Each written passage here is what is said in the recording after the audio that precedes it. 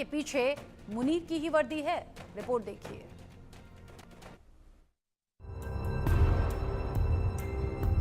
पाकिस्तानी सांसद ने बलूचिस्तान पर खोली शहबाज की पोल।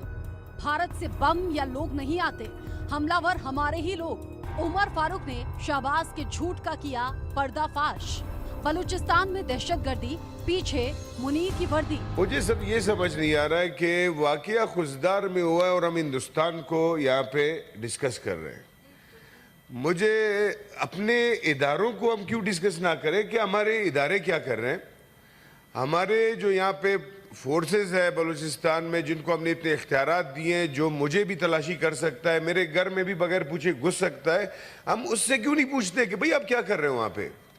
ये हिंदुस्तान से तो ना कोई बम आता है मेरे ख्याल से, ना कोई बंदा आता है। बंदे तो हमारे वही के हैं। पाकिस्तानी सांसद उमर फारूक ने बलूचिस्तान को लेकर भी अपनी सरकार की पोल खोली। उन्होंने कहा कि बलूचिस्तान में बम भारत से नहीं आ रहे हैं, वहां हमला करने वाले हमारे अपने ही लोग हैं। उनके बयानों ने पाकिस्तान के झूठे दावों की पोल खोल दी और उसके प्रोपेगेंडा को भी दुनिया के सामने उजागर कर दिया।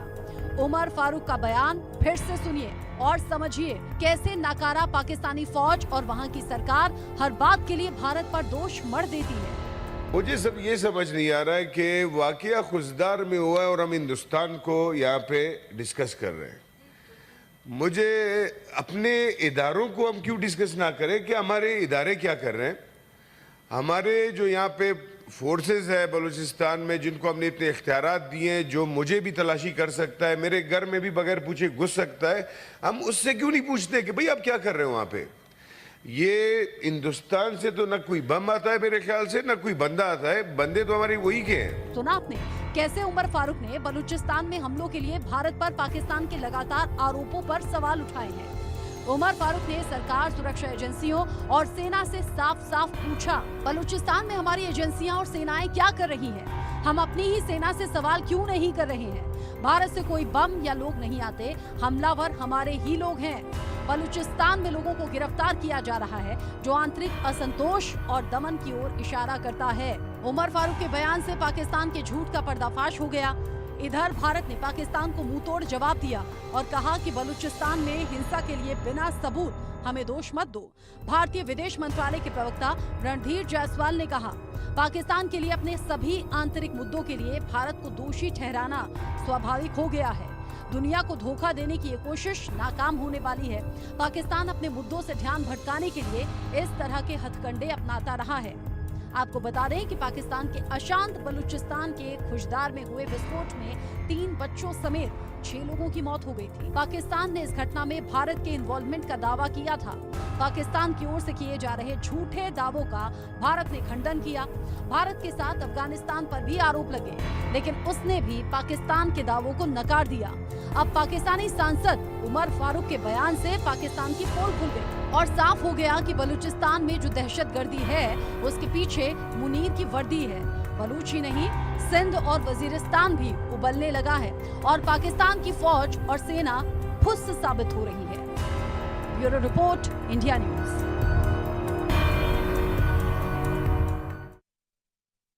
फितनातुल हिंदुस्तान, प्लीज रिमेंबर दिस। ये है जो 21 मई को हिंदुस्तान के हुक्म पर फितनौल हिंदुस्तान के दहशतगर्दों ने किया है। इसमें कोई इंसानियत, इसमें कोई मोरालिटी, इसमें कोई बलोचियत, इसमें कोई पाकिस्तानियत। इन हालात पर बात करेंगे। मेरे साथ में ब्रिगेडियर रिटायर्ड विनोद दत्ता जी जुड़ गए हैं डिफेंस एक्सपर्ट के तौर पर। साथ ही अहमद मस्ती खान जी मेरे साथ में हैं, सीनियर जर्नलिस्ट और बलूच एक्टिविस्ट के तौर पर आप मेरे साथ में जुड़े हुए हैं। आप दोनों का ही इंडिया न्यूज पर स्वागत। सबसे पहले अहमद मस्ती खान जी, अगर पाकिस्तान के ही सांसद पाकिस्तान की हुकूमत से सवाल कर रहे हैं या फिर ये कहिए आईना दिखाने का काम कर रहे हैं कि भाई बलूचिस्तान में जो हालात हैं, ऐसा नहीं है कि भारत से लोग आ गए या वहां से बम आ गए, ये अपने लोग हैं, इनसे बात नहीं हो पाई, इनके मसले हल नहीं हो पाए, इसीलिए हालात यहां तक पहुंच गए। यहां तक कि उन्होंने ये भी कह दिया कि कैसे भारत की तरफ से जो ड्रोन आए, मिसाइल आए, यहां आकर धमाके हो गए, क्या हमारी सेना कर रही थी। इन सभी मसलों को लेकर अगर पाकिस्तान में ही आम लोग से लेकर खास लोग ये सवाल कर रहे हैं, तो ये कितनी बड़ी फजीहत पाकिस्तानी हुकूमत, सरकार और फौज के लिए है? और बलूचिस्तान का फ्यूचर क्या है? देखिए, बलूचिस्तान का फ्यूचर तो आज़ाद बलूचिस्तान है, जो हम आपके हमसाया, एक अच्छे हमसाया भारत के उसके तौर पे होंगे। ये पाकिस्तान का कोई फ्यूचर नहीं है इसका, बिल्कुल। आप देख लें, ये जो जिहादी जनरल हैं, मुझे तो हैरत है कि जो जनरल आसिम मुनीर की अम्मा जो मर गई थी 25 मार्च को, उसका उन्होंने इल्ज़ाम भारत पे क्यों नहीं लगाया? इसके ऊपर मुझे हैरत हो रही है कि ये तो जो भी चीज़ होता है वो फौरन कहते हैं कि भारत ने कराया है। तो भाई, आपकी अम्मा का जब इंतकाल हुआ था 11 दिन बाद, जाफर एक्सप्रेस की जो हमारे जो फर्जंदों ने अजीम कारनामा अंजाम दिया था, उसके 11 दिन के अंदर ही उनका अम्मा का इंतकाल हो गया था। फिर उसमें आपने क्यों नहीं कहा कि भारत का हाथ है? आप देखें ये कितने झूठे हैं, कितने ही ज्यादा झूठे हैं। अब इन्होंने कहा कि भाई खुशदार में जो है ये भारत ने, हमारे किसी भी ऑर्गेनाइजेशन ने इसको ओन नहीं किया है, इसीलिए हम ये समझते हैं कि ये आईएसआई का फॉल्स फ्लैग ऑपरेशन था, जो भी खुशदार में ये बम धमाका हुआ है। एक मजे का खेज बात आपको बताऊं कि देखें, ये बुध के दिन खुशदार में हुआ है, वो भी इन्होंने कहा है कि भाई इंडिया ने कराया है, इंडियन स्पॉन्सर्ड था। और उससे एक दिन पहले जो है ट्यूसडे के दिन मीर अली नॉर्थ वजीरिस्तान में भी ड्रोन अटैक में इतने ही बच्चे मारे गए। वो भी आपके ही बच्चे थे, ये भी आपके बच्चे थे। वो बच्चे जो मीर अली वजीरिस्तान, नॉर्थ वजीरिस्तान में मारे गए थे, उनका खून जो है पश्तून खून था। तो आपने नहीं देखा या आसिम मुनीर जाते हुए ताज़ियत करने के लिए शहबाज शरीफ को वहां जाते हुए हमने नहीं देखा, और ये फौरन क्वेटा पहुंच गए। तो आप देख लेना, ये तो खुद अपने मुल्क में अपने बच्चों के खून के साथ तफरीक कर रहे हैं, और फिर ये जो है भारत के ऊपर इल्जाम लगा रहे हैं। ये कितना ये झूठा मुल्क है।